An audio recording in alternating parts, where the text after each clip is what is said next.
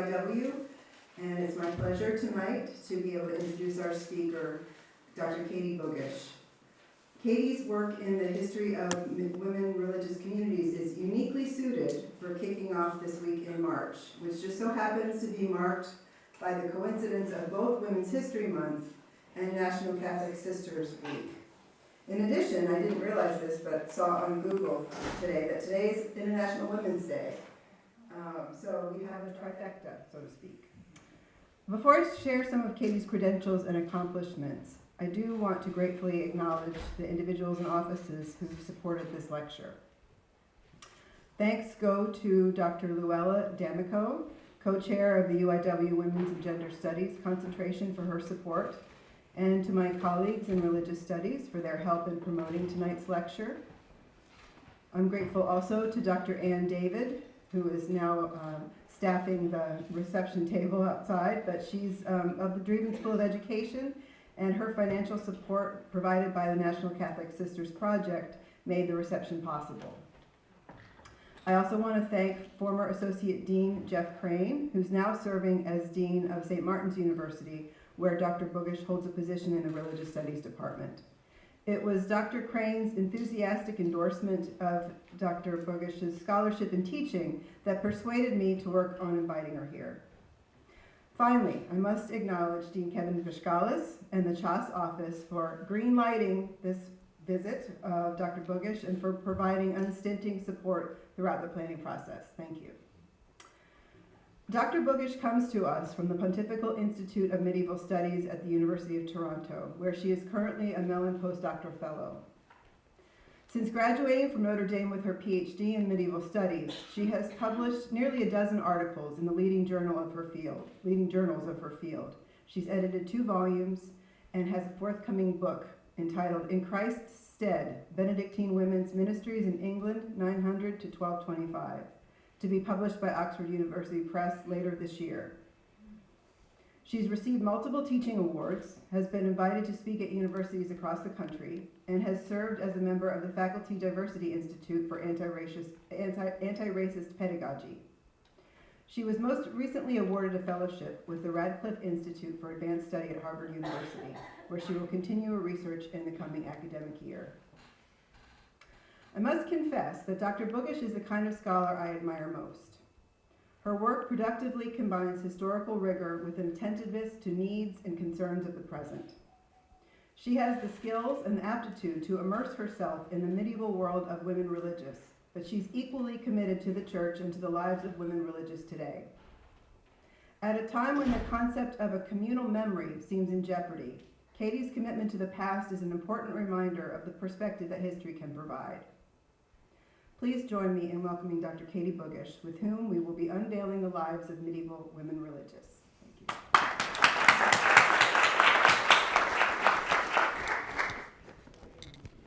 Thank you, Adrienne. That was such a gracious introduction by Dr. Ambrose. So it is my great honor to speak with you this evening about the history of women religious, to celebrate Women's History Month and National Catholic Sisters Week. I wish to express my gratitude to the Sisters of Charity of the Incarnate Word and to the members of the university community who orchestrated my visit and organized tonight's event. I am especially grateful for the efforts of Professors Adrienne Ambrose and Ann David. The generous hospitality they have extended to me has made this an experience I will always treasure. I also want to thank all of you for taking time out of your busy schedules to attend my talk this evening. We do well, I think, to gather not just occasionally, but as often as possible to celebrate the history of women religious.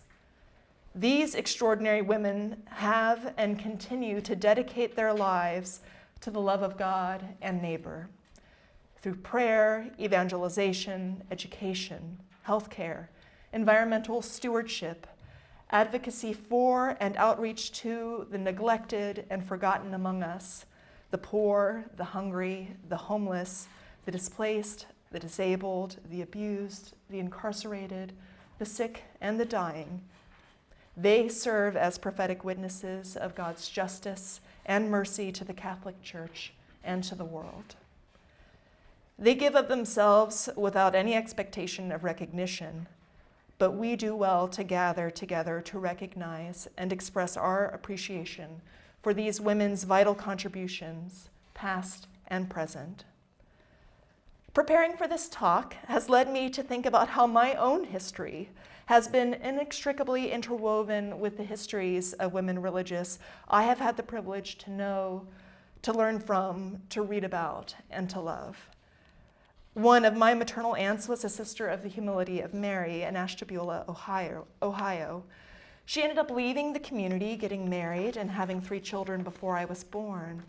But her change in vocation did not stop her from continuing to commit her life to share in Jesus' mission of bringing more abundant life to God's people, as her spiritual sisters continue to do. Her unfailing care of my mother, my sisters, and me brought more abundant life to us.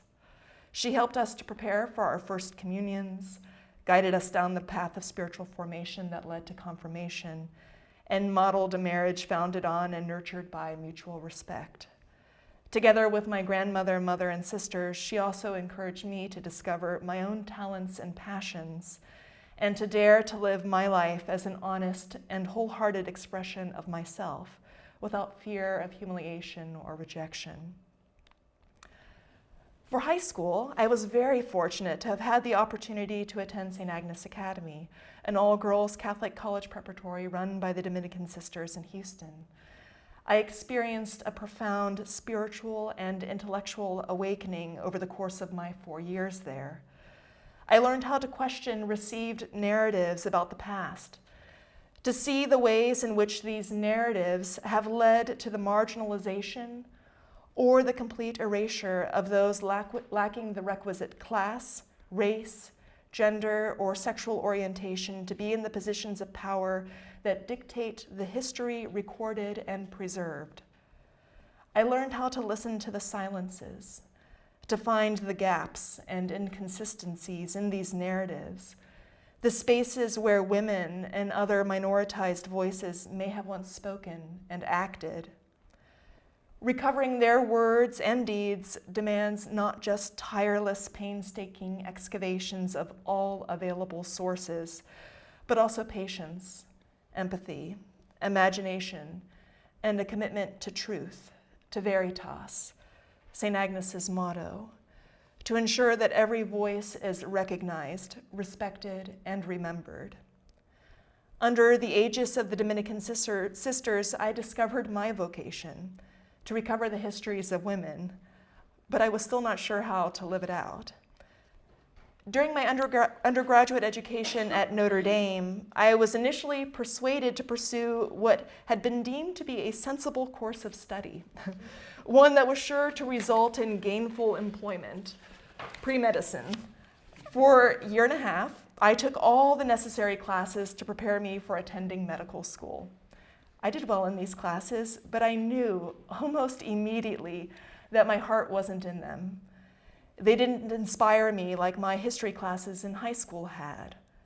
Fortunately, my mother had the wisdom to gently nudge me into taking a history class, and thankfully I followed her sage advice.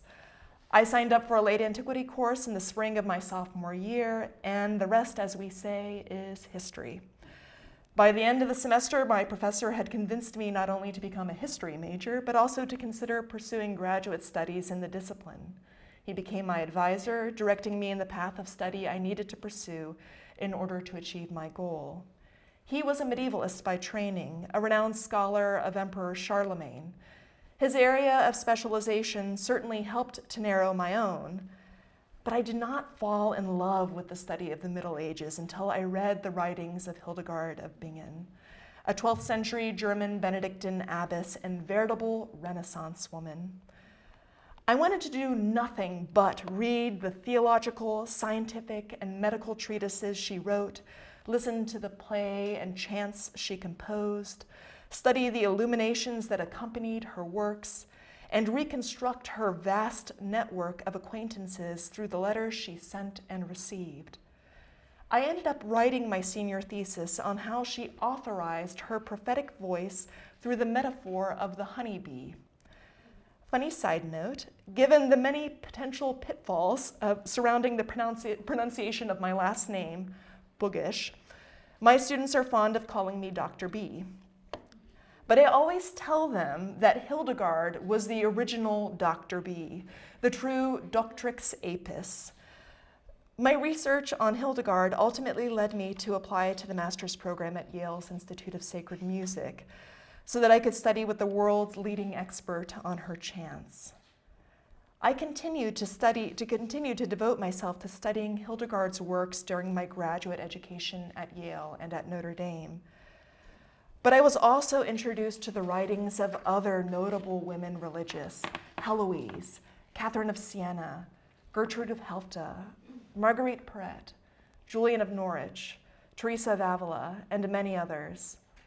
Through reading these women's theological writings, I increasingly became convinced that I would never fully understand them unless I situated them within the liturgical practices their communities cultivated day in and day out, year after year. This conviction motivated me to acquire the skills needed to study the liturgy during the Middle Ages, from learning how to navigate the different types of liturgical books to paleography and codicology, that is, the study of ancient manuscripts. With these arrows in my quiver, as my advisor was fond of saying, I focused my doctoral studies on trying to reconstruct the liturgical practices of Benedictine nuns in medieval England. During this time, my husband and I regularly joined the Sisters of the Holy Cross at St. Mary's College for prayer and Mass. And through years of worshiping together, many of the sisters became dear friends.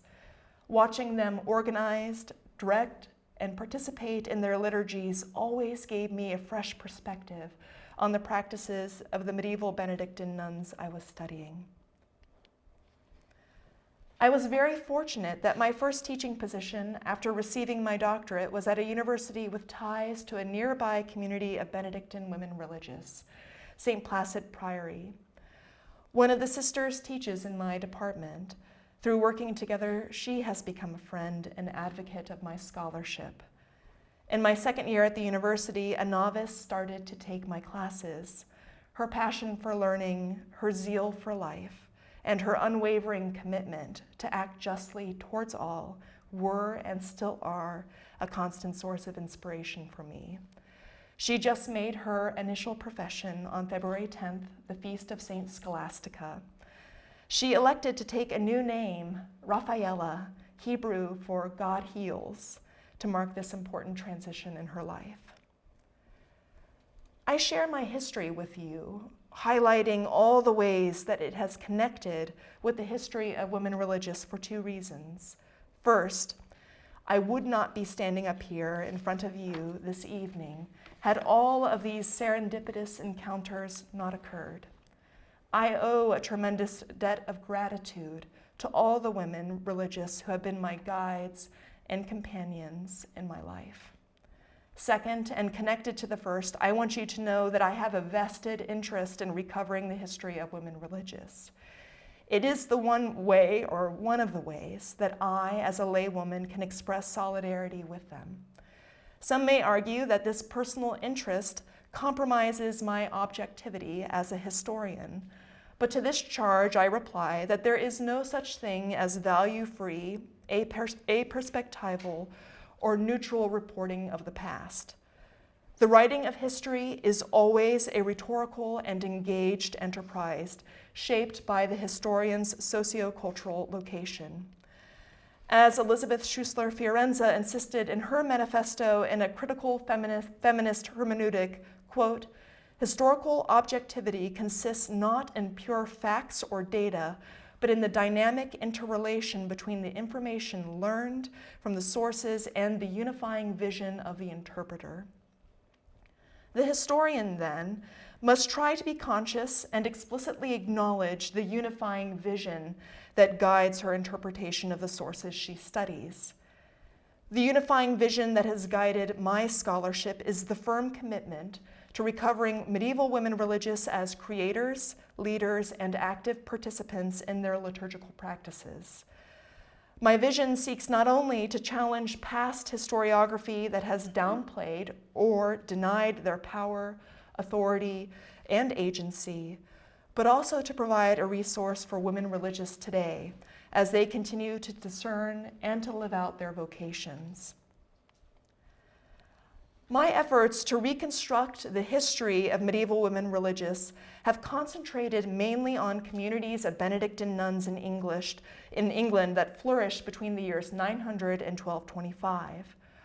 By limiting the geographical scope of my study, I acknowledge that medieval liturgical practices in all their particularities and sometimes peculiarities are comprehended most fully on a local level.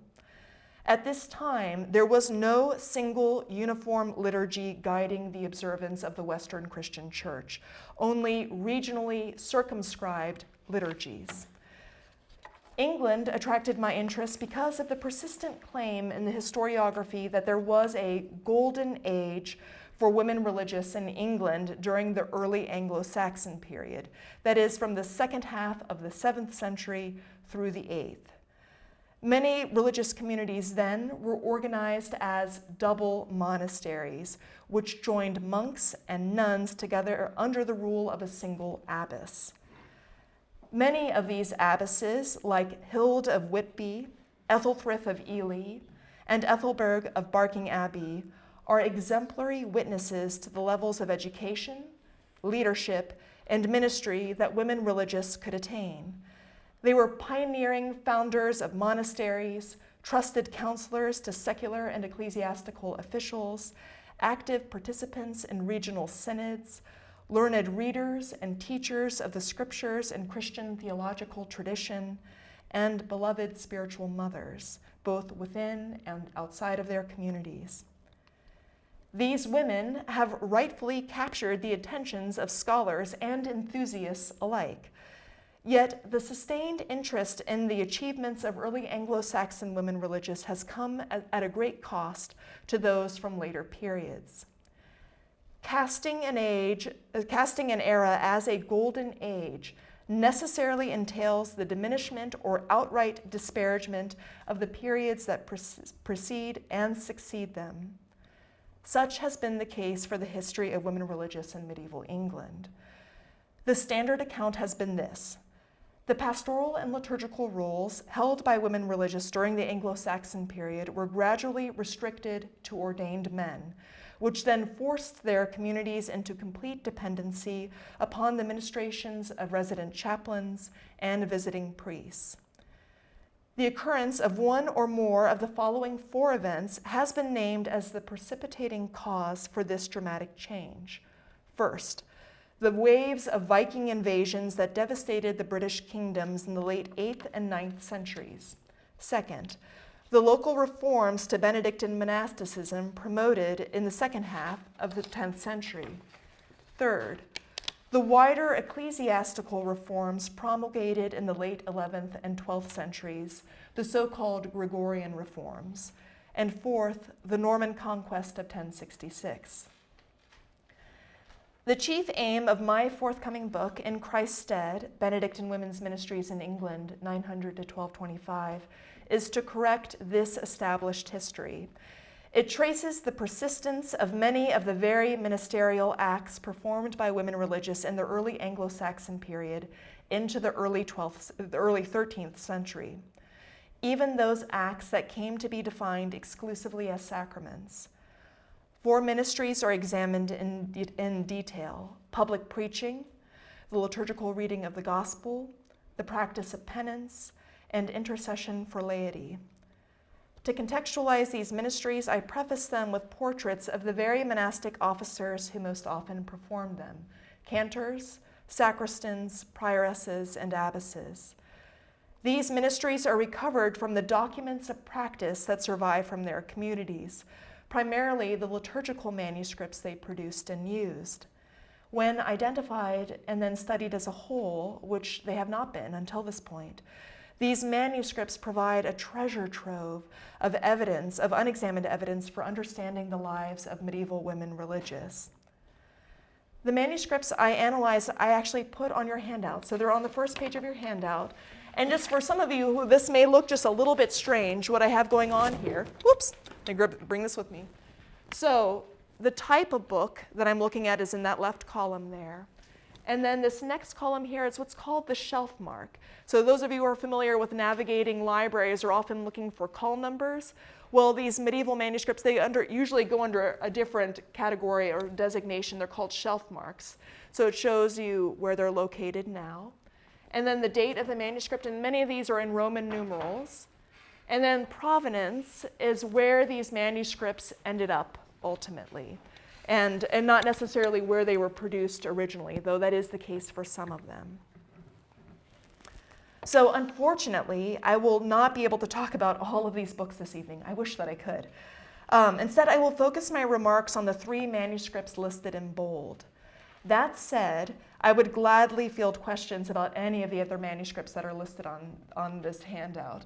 Especially some of you may be very interested in knowing what a mortuary roll is, and I'd be happy to talk about that. So, in my book, these manuscripts serve as foundational witnesses for all the chapters for 2 reasons. First, they offer witnesses to the productions of women religious as copyists, correctors, and likely even creators of liturgical texts. These findings present significant challenges to the reigning historiography, which contends that after the early Anglo-Saxon period, women religious lacked the requisite literacies, scribal proficiencies, and material provisions needed to produce and preserve their own books, and thus employed clerics or professional scribes to produce them. Second, by rooting my methodology in the books that women's communities copied and used, I am able to reconstruct their histories from the bottom up instead of from the top down. Traditionally, scholars have relied on male-authored sources, monastic rules, penitentials, conciliar decrees, canon law collections, and theological treatises to gain access to the lives of medieval women religious. But instead of handling these sources as prescriptive texts, written with the express purpose of regulating or critiquing the practices of women religious, scholars have read them as descriptive accounts, offering accurate reflections of these women's lived experiences. To write a history of medieval women religious based on such a reading of the prescriptive sources is comparable to me deciding to write a history of automobile use in Texas that consulted just the driver handbook and traffic laws for the state. Now, I lived in this state for over 20 years, so I can readily attest that my proposed history would grossly misrepresent the driving habits of Texans. Who among us obeys all the traffic laws all the time?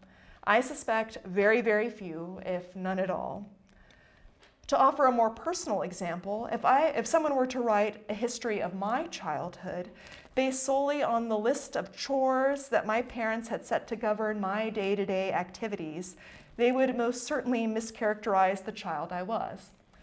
Now, I wasn't the devil's spawn, at least I don't think I was, but I was known to forget to make my bed, to refuse to set the table, to use a swear word from time to time, especially when I was angry with one of my sisters.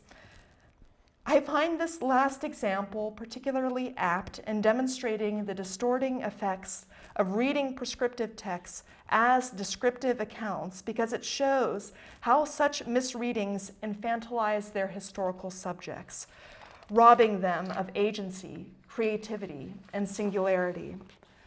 My book seeks to counter this historiographical trend by reviewing the lives of women religious primarily through their own books. By prioritizing these documents of practice, I demonstrate that these women did not solely depend on the care of resident chaplains or visiting priests, but often exercised primary control over their communities' ministries as preachers, evangelists, confessors, and intercessors. For the rest of my talk this evening, I would like to show you how this bottom-up approach to the history of medieval women religious works by concentrating on their practice of penance. To contextualize this part of my presentation, let me give you a quick crash course on the history of confession and Benedictine monasticism during the early and central Middle Ages. From the inception of Benedict's rule in the early 6th century up until the reign of Charlemagne's son, Louis the Pious, in the early 9th century, monks and nuns confessed their sins either privately before their abbot or abbess or communally at the daily chapter meeting.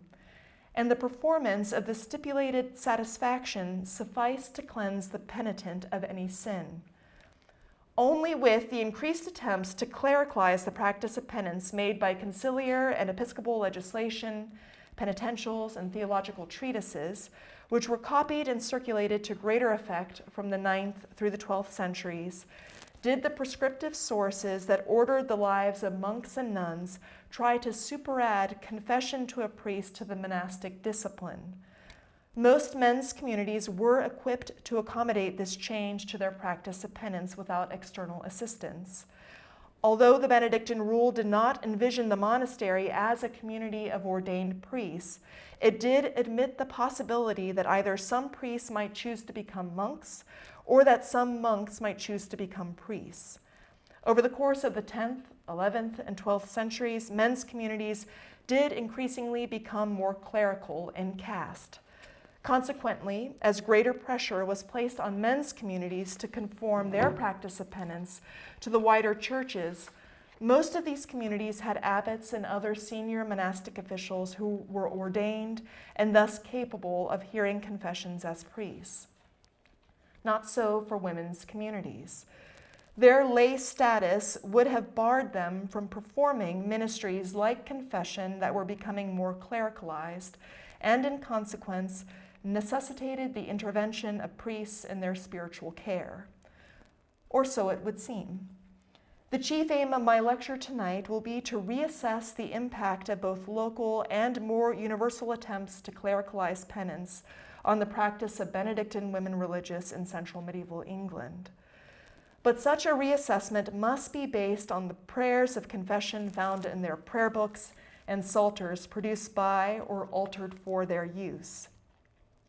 Returning to the very books that women religious prayed with offers a closer view of their liturgical lives in action, from how they copied and adapted prayers for their own penitential use, to how they scripted and exercised various confessional roles within their communities.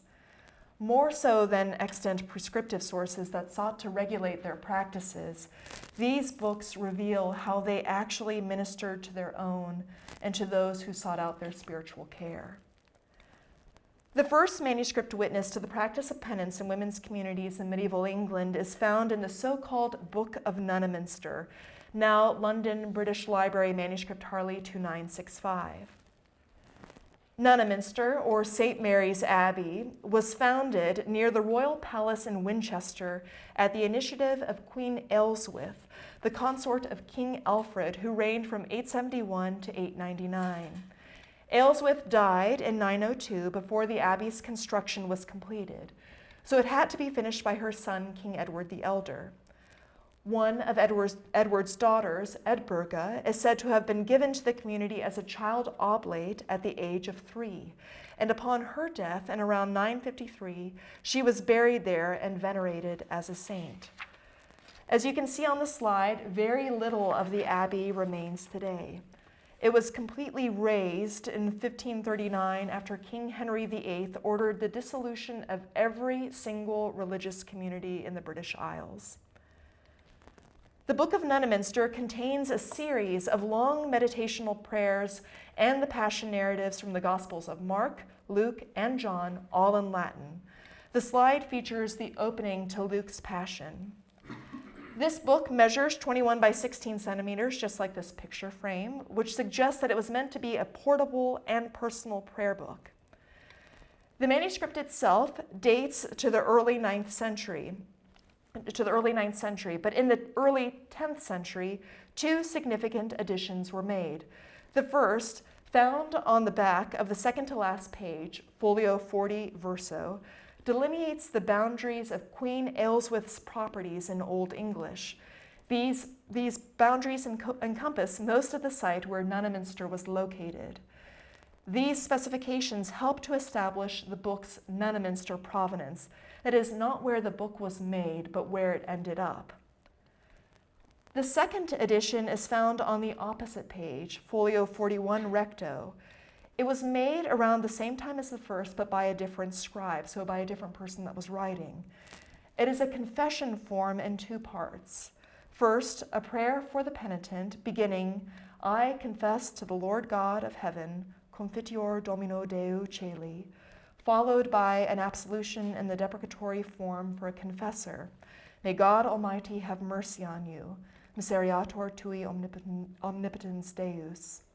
If you are interested in reading the full texts of both prayers, I have provided my editions and translations of them on the back of your handout at number 1. So it is evident from the use of the first person singular, I, in the prayer for the penitent, and the use of the second person singular, you, in the prayer of absolution, that this form of confession was to be exchanged between two people, not recited as a collective we. During this time, such mutual confession was widely practiced in communities of Benedictine monastics and regular canons throughout Western Europe, typically in the morning after the hour of prayer called prime, and in the evening before the hour of prayer called compline. Significantly, not too long after this confession was copied, a different scribe repurposed the prayer for the penitent.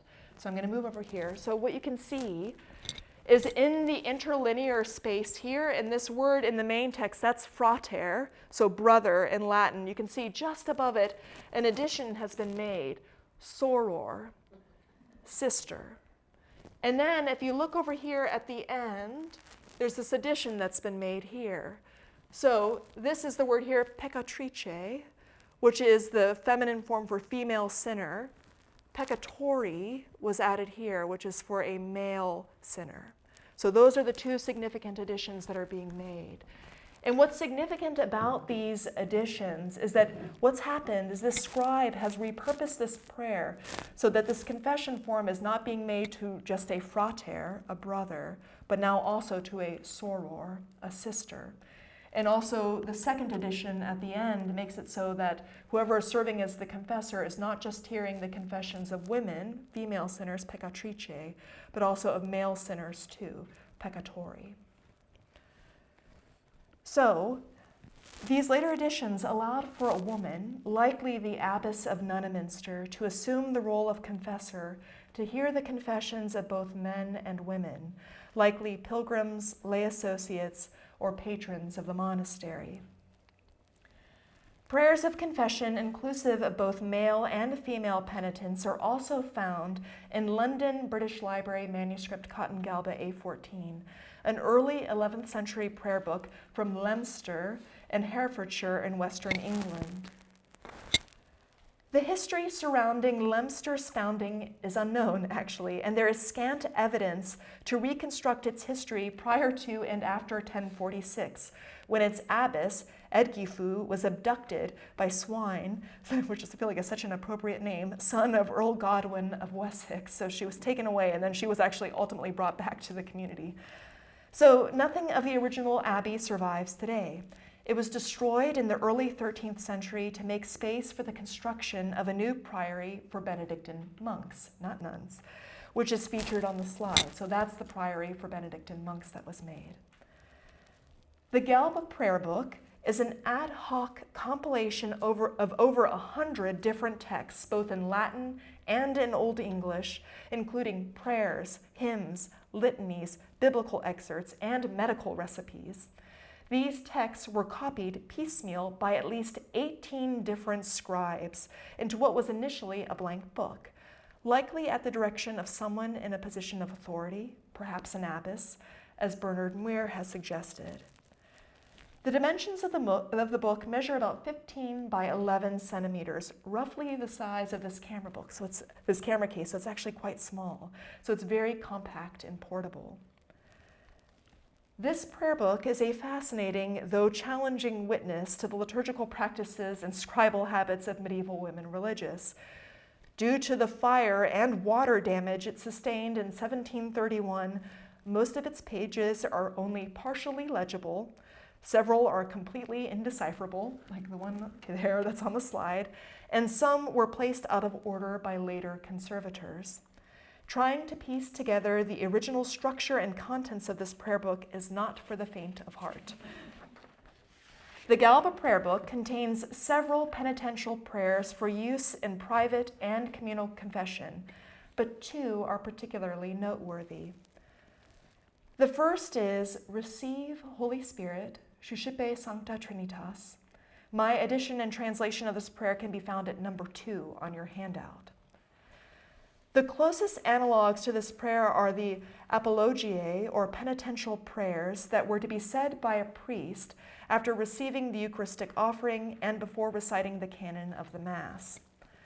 But unlike any apologia from the medieval period that I have yet to find, the penitent of the Gallup prayer is gendered feminine and is to identify herself as a peccatrix, a female sinner. And I underline the parts where it has the female form of a feminine sinner there in the prayer. So the scripting of a female penitent in the Gallup prayer appears all the more surprising when read in the manuscript because of the Old English rubric that precedes it.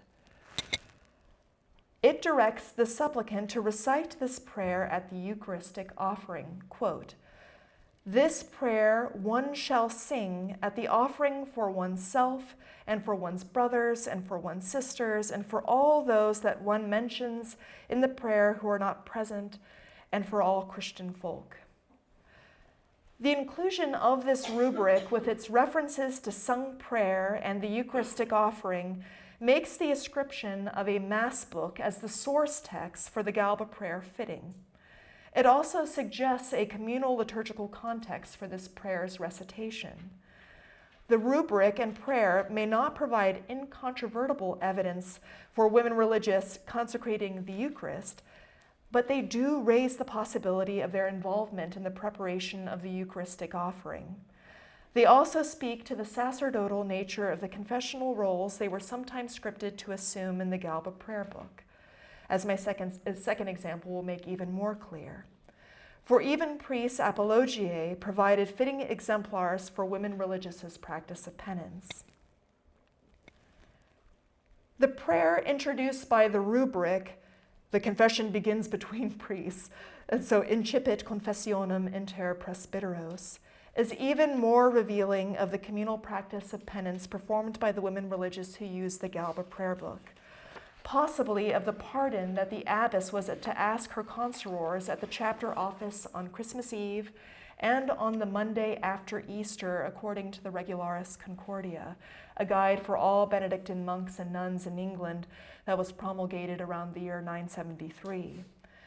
The prayer is staged as a dialogue, but it is not between two priests, as the rubric indicates, but between an abbess and her community, as the text itself makes clear.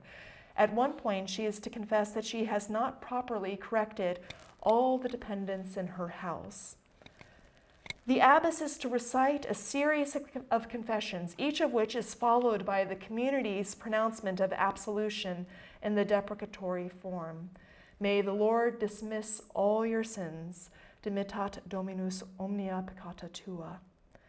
In the manuscripts, the statements of absolution were written in red ink to delineate the script of the dialogue more clearly. In one of the confessions that the abbess is to make, she is to acknowledge that she sinfully performed her ministries at the altar. Quote, Unworthy and polluted, I touched the consecrated mystery of God, relics, holy books, and holy vessels. It is very important to note that she is not to admit that she handled these holy objects unworthily because she is a woman, but because she touched them while still unconfessed, still defiled by the desires and actions of the flesh that she actually confesses to in the earlier parts of the prayer. After her last confession, the abbess is then instructed to prostrate herself before the altar and say the Our Father, and a series of psalm verses together with those gathered around her in order to perform a final communal absolution. My last example of the practice of penance in communities of Benedictine women religious in England during the Central Middle Ages comes from Warewell Abbey, located in Hampshire, about 10 miles northwest of Nun of Mnster in Winchester. The abbey was founded around the year 1000 by Queen Elfrith, the third wife of King Edgar. A charter issued by her son, King Ethelred II, credits her with possessing and diligently building up the abbey while she was alive. An unnamed daughter of Ethelred's was the abbey of the house in the mid-11th century. In 1051, her brother, King Edward the Confessor, had his wife, Edith, imprisoned at the abbey. In 1141, Warewell's fortunes were nearly completely devastated when, at the height of the civil war between King Stephen and Empress Matilda, the former's troops set fire to the church where the community had sought refuge. It would take nearly 50 years for the abbey to recover fully from this event. Instrumental to the reversal in Warewell's fortunes were the efforts of Matilda de Bailleul, a young widow and daughter of a Flemish lord who ruled as abbess of the community from around 1174 until her death in 1212. None of the abbey's buildings still stand today. They were completely destroyed by Henry VIII in 1539. One of the few artifacts to survive from Abbess Matilda's tenure in office is a psalter, now kept in special collections at St. John's College at the University of Cambridge. The book measures 12 by 8 centimeters, roughly the size of this Ziploc baggie, thus allowing for portability and legibility. Significantly, Matilda was not the psalter's original recipient. It had been commissioned in the late 1160s by her maternal uncle, Osto, who was also of Flemish descent, but had traveled around much of Western Europe and the Holy Land as a member, then provincial master of the Knights Templar. Sometime after his death in 1174, his psalter was given to his niece, perhaps to mark her election as the abbess of Warewell. Once the psalter was in Matilda's possession, several notable additions and corrections were made to adapt it to her devotional practice. First, on the opening flyleaf, one scribe added a prayer for her to recite before saying all 150 psalms as an intercessory offering. This scribe also added prayers for the deceased at the very end of the book. Then, a different scribe altered the grammatical forms in some of the pre-existing prayers so that they clearly scripted a woman as their supplicant. And I'm just going to point these out because it's amazing to see these things in person, but you can see here that because these texts are written on parchment, so animal skin, you can't just take an eraser to these things. You have to actually take a penknife and scrape up the ink. And sometimes some of these scribes will get a little overzealous in trying to scrape up the ink and will actually even create holes in the manuscript here. So infirmam is the correction that's been made, but previously it said infirmum. So this is the Latin adjective meaning sick or weak. So it's been adapted from masculine to feminine. This scribe also added a lengthy prayer of confession for an abbess on leaves of parchment sewn into the middle of the book. This prayer explores at great length the essential qualities of a religious leader as prescribed by both Scripture and the Benedictine rule. We primarily learn about these qualities negatively through the penitent's acknowledgement of the various ways she has failed to perform the office of abbess properly. Throughout the prayer, Christ, the Good Shepherd, is presented as the measure of perfect monastic leadership, against which the abbess is to judge her thoughts, words, and deeds. The prayer asks her to recognize not only her vocation as a spiritual shepherd, but also her utter dependency on God's assistance to live out that vocation faithfully. She acknowledges that she will have to render an account of every soul under her care, but admits that the very fact that she sins imperils their salvation. God alone can ensure that she does not lead her flock astray. Thus she prays for the bestowal of the cardinal virtues of prudence, justice, fortitude, and temperance, as well as for the 7 gifts of the Holy Spirit. Most of all, she prays for the virtue prized most for a monastic leader by the Benedictine rule, discretion, so that she can more ably correct their sins of others and direct them to right action. Resituating this prayer within its original performative setting is complicated by the lack of rubrics or additional textual cues on the manuscript page. It would have been suitable for the biannual confession of an abbess that an abbess was to perform before her community on Christmas Eve and on Easter Monday, according to the Regularis Concordia. These 2 occasions would have allowed her to admit openly that her office did not place her above reproach. She too could commit faults against the mutual charity of the community by neglecting or violating the dictates of the Benedictine rule. More significantly, such an occasion would have encouraged her to confess publicly those sins that especially impaired her ability to fulfill the role of the role of abbess faithfully, and to acknowledge her need not only for God's forgiveness, but also of her sisters. However this prayer was to be recited, it provides an important witness to the considerable spiritual authority that at least one English abbess still exercised in the late 12th and early 13th centuries. As positive as the evidence from the Book of Nun of Mnster, the Gallup prayer book, and the Werewolf Psalter is for arguing for the persistence of women religious' practice of penance in England throughout the Central Middle Ages, one final question still remains. Did this practice ever change? Arguably, the waves of reform that slowly swept through the Western Christian Church during the late 11th and 12th centuries rendered women religious, and indeed all who were not ordained to major orders, effectively impotent to loosen the chains of the sin-bound with more restrictive definitions of both the priesthood and the sacraments. Beginning especially in the early 12th century, the question of the priest's power to bind and loose sins received concentrated theological attention. And though there was a spectrum of positions taken, all, save Peter Abelard, affirmed that every priest received this power by virtue of his ordination and exercised this power through the administration of penance. At minimum, confession to a priest was viewed as necessary because only he could show penitents that they had been freed from sin, as Peter Lombard declared. At maximum, only confession to a priest could remit eternal punishment for sin, as Hugh of St. Victor insisted. Either way, sacerdotal power in the practice of penance was robustly affirmed, and over the course of the 12th century, these affirmations were copied and disseminated widely throughout Western Europe, ultimately informing ecclesiastical regulation of women religious' practice of penance. In 1222, Stephen Langton, Archbishop of Canterbury, convened a provincial council at Oxford.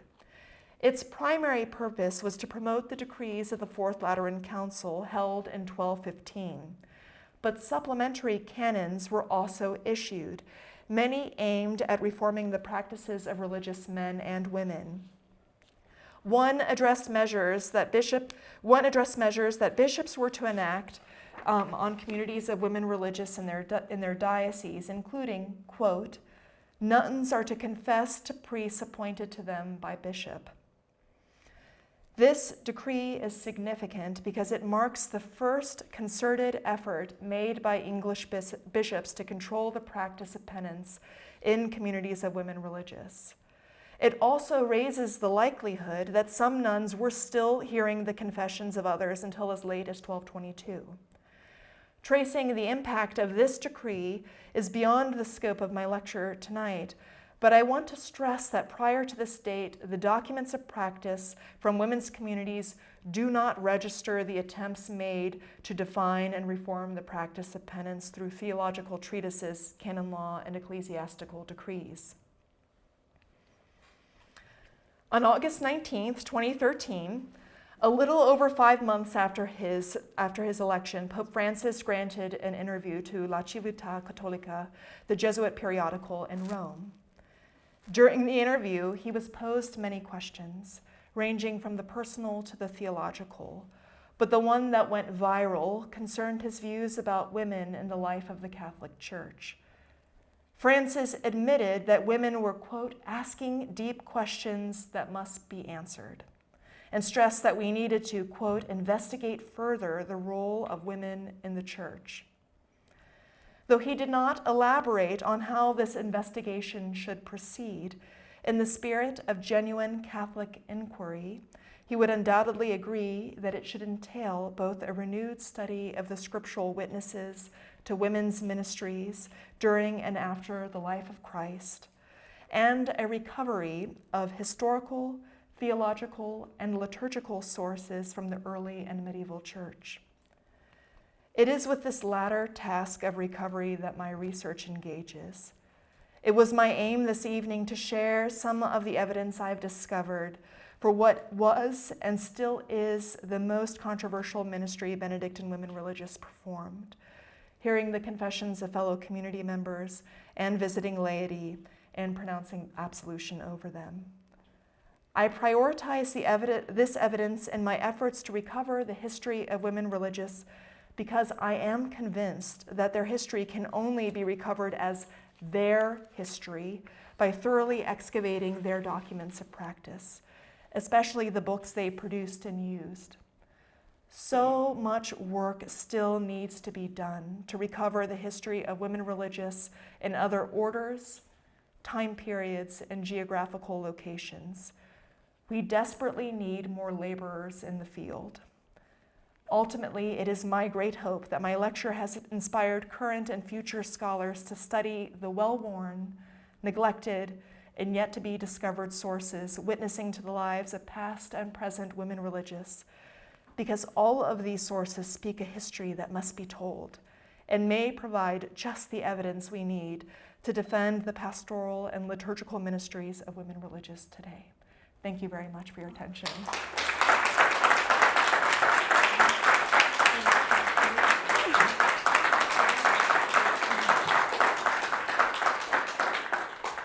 So I'm really happy to take whatever questions you have now or later. I'm really delighted that you're here this evening.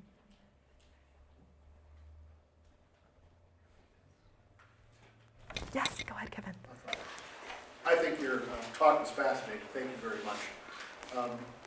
I'm interested to know what kind of parallels that you see between the medieval period and that of women's religious today, and the contrast that you see in terms of those lived experiences.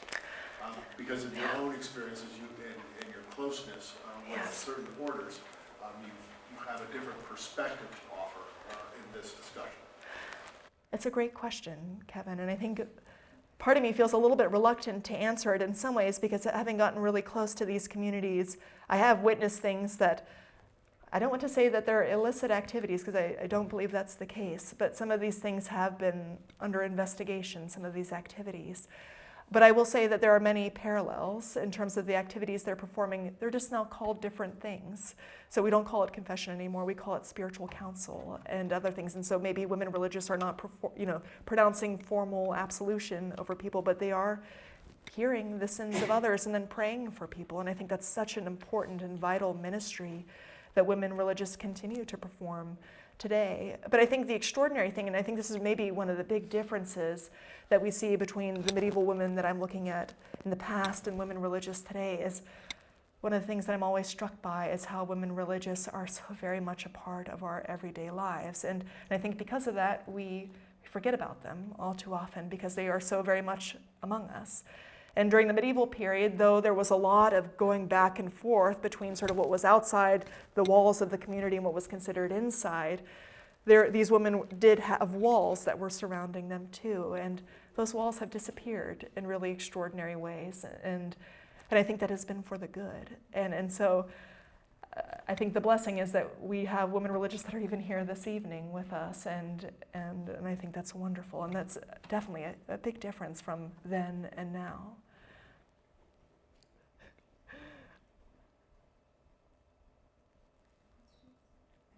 Yes, Adrian. So struck me when you were talking about the one manuscript that was damaged by Yes. water and fire, and how difficult it is to read. Yes. And knowing, I gave a shot at being a medieval scholar, and it just that did me in. That kind of difficulty of reading, not just the Latin but also the paleography. I didn't have the fortitude for it.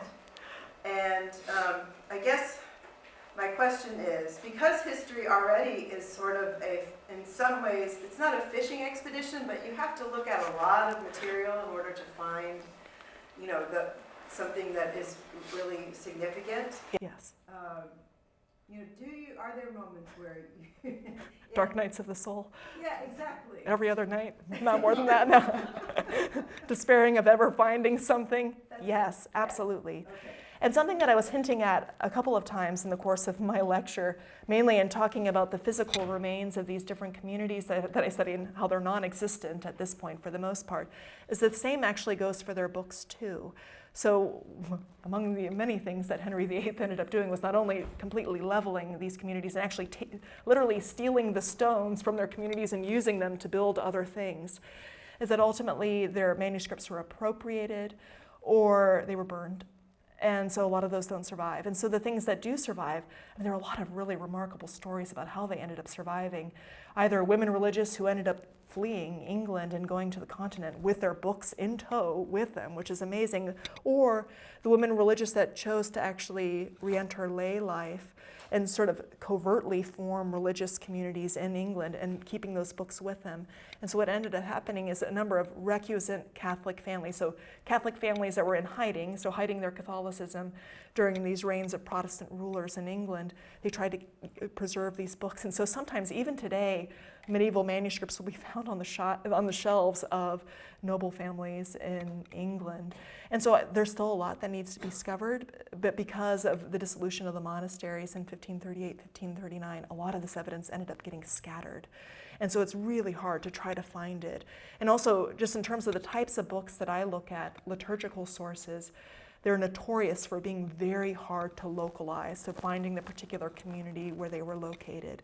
And some of the best ways to try to localize a manuscript is actually on the basis of the saints that are named within the manuscripts, because at this time, the veneration of saints is very much a local phenomenon. We do have these sort of great universal saints like the apostles, and then also certain early confessors within the tradition, but also we see a lot of local saints that are being venerated too, and it's those local saints that help us to localize these different manuscripts.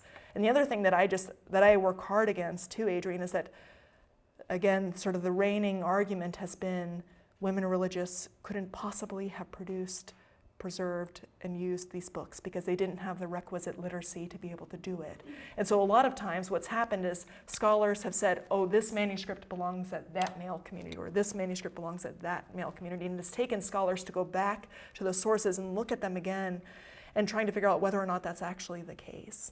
And so it's a lot of painstaking work, and I was very fortunate during my time at Notre Dame that the graduate school funded trips for me to go to England and to Wales and to Scotland and Ireland to be able to try to find these sources.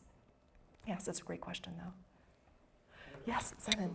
Similar question about the manuscripts. One of the things that you were noting in common is that they were all small enough to be portable. Yes.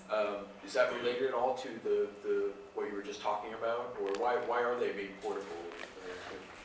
So, I mean, the incredible thing at this time is that most people, I mean, especially within the choir, if we're thinking of a monastic community, most people would have had their own books. I mean, they would have been pretty humdrum, pretty they wouldn't get much attention now. I mean, they're not these sort of glorious manuscripts like this where we see these beautiful, these are called historiated initials, where we see these little people that are populating the initials that open up these different texts.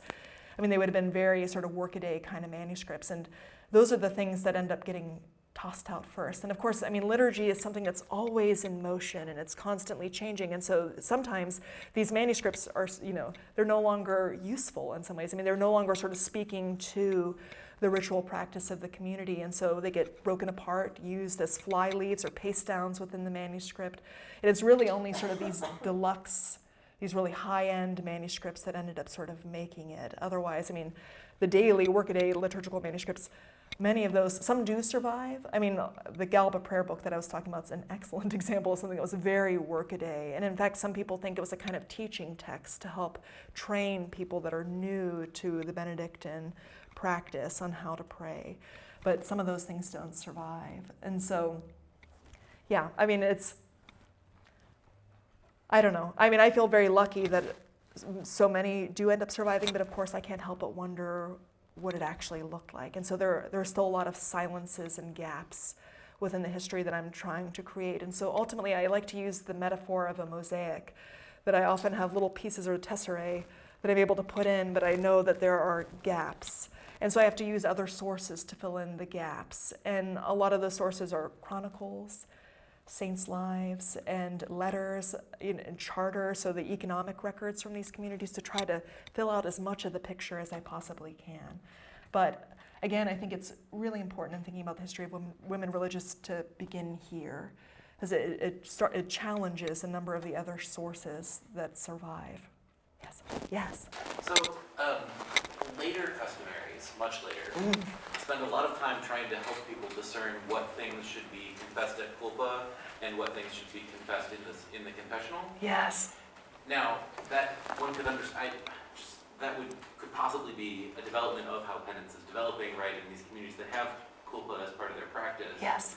So, do we have any ways is there a manuscript tradition that you're familiar with that sort of points to the beginning of that sort of separating of these kinds of things in this period? Yes, so this is a really interesting question. So the question about customaries, and for those of you who don't know what that term is, so customaries basically sort of like fill in the gaps for the Benedictine rules. So Benedict, in his extraordinary wisdom, wrote this very concise rule, but it sort of leaves a lot to the imagination in terms of what sort of the daily routine should look like for monks and also then for nuns.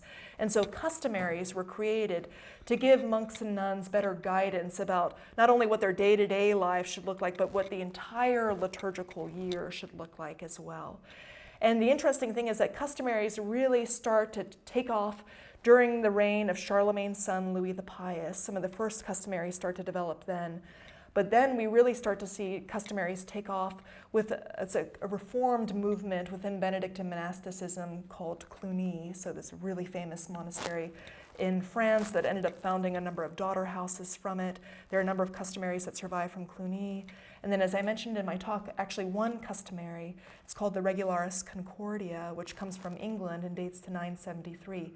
Now, it doesn't actually say anything about it, which is really interesting in terms of talking about different faults that someone might commit within the community and whether something should be confessed to a priest or whether it could be confessed at chapter, or, sort of praying directly to God too. I mean, this is really getting back to sort of Augustine and how Augustine still believed that saying the Our Father, directly to God would also suffice for the remission of certain sins. And so during the time period that I'm looking at, that doesn't end up coming up, which is, I think, really fascinating. So I would be interested to know which customaries you're looking at and what they date to, because during the periods that I'm interested in, there isn't that kind of, I think, detail really in terms of what the customaries are saying. It's been a while since my master's degree, which is in monastic studies, so I have to Yes. go back and check my notes for more of that. But I would love to remember talk being more. A long conversation about those differentiate, and the internal forum and external forum Yes. develops out of that practice, right? And so.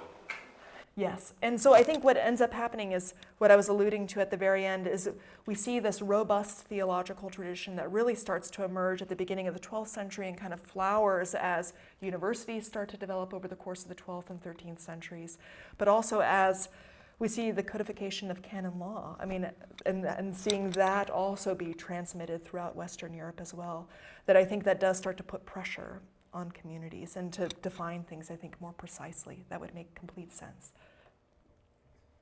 So there are a couple ways to continue this conversation. One is outside in with the reception area. There's plenty of food and drink left, so Katie will be joining us out there. And then the other is tomorrow afternoon for students. We're having a coffee with Katie hour at 3 o'clock. So if you, 3 to 4:15, if you're a UIW student and would like to stop by and just chat a little bit about medieval studies is not the only thing that you teach. Whatever you want to talk about. I'm happy to talk about it. Yeah, so it's, it's rare to have that kind of informal opportunity to talk with a scholar who's worked on the kind of stuff you have, but also a teacher who's engaged with the church today. So I encourage you to take advantage of that. I'll have some flyers out at the reception area.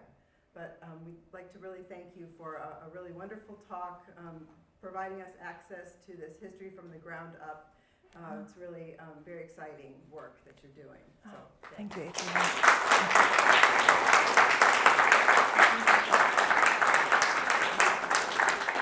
And I just want to say one thing. I'm so grateful that you all are here this evening, but I'm actually especially grateful that one of my high school theology teachers is actually here in the audience in the back of the room. I see you, Bosco. And I'm just really moved that Bosco's here this evening. Also my soccer coach from high school, too. I know, so thank you, Bosco. that's great.